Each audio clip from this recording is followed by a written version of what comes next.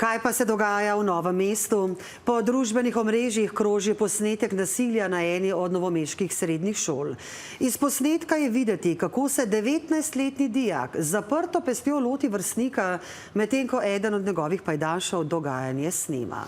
A to ni edini incident, ki se je ta teden zgodil v dolenjski prestolnici. Zdaj gledate posnetke pretepa in ropa na novomeški avtobusni postaji, ki ga je nemočno opazovala množica tudi mladoletnih dijakov. Jaz pričakujem, da bodo v obravnavi nemudoma, če že niso. Ravno to je problem našega sistema. Torej, mi lahko tole gledamo, kaj se potem zgodi.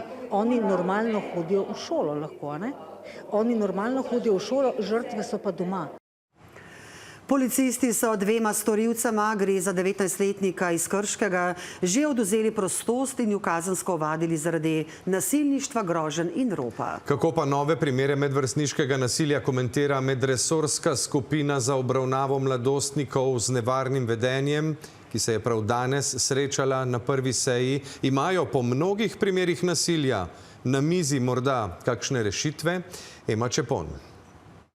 Minuli teden je po družbenih omrežjih zaokrožil zaskrbljujoč posnetek, posnet v stranišču ene od novomeških srednjih šol.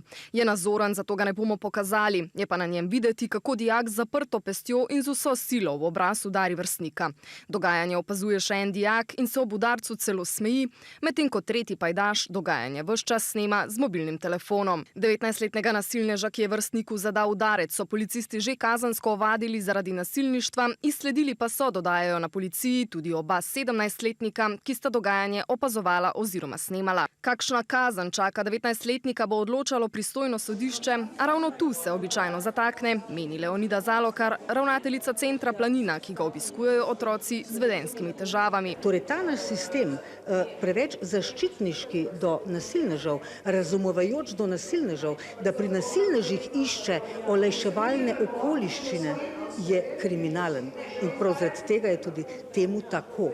In zato se, dodaja, takšni incidenti tudi ponavljajo. V istem tednu kot fizični napad na srednješolca se je nedaleč stran na glavni avtobusni postaji zgodilo tole.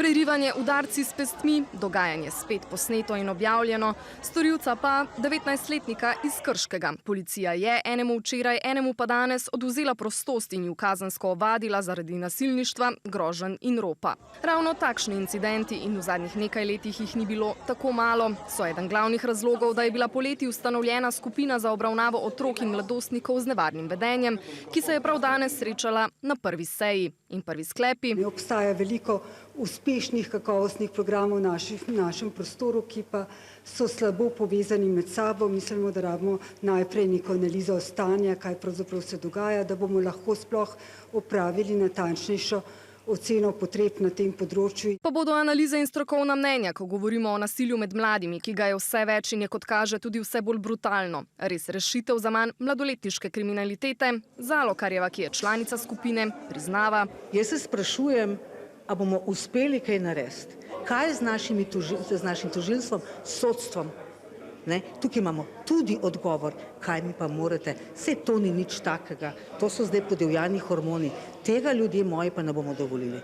Na mizi je ta trenutek vzpostavitev urgentne službe po vzoru iz tujine, ki bi takšnim otrokom nudila takojšnjo pomoč in otroke oziroma njihove družine po potrebi obiskala tudi doma.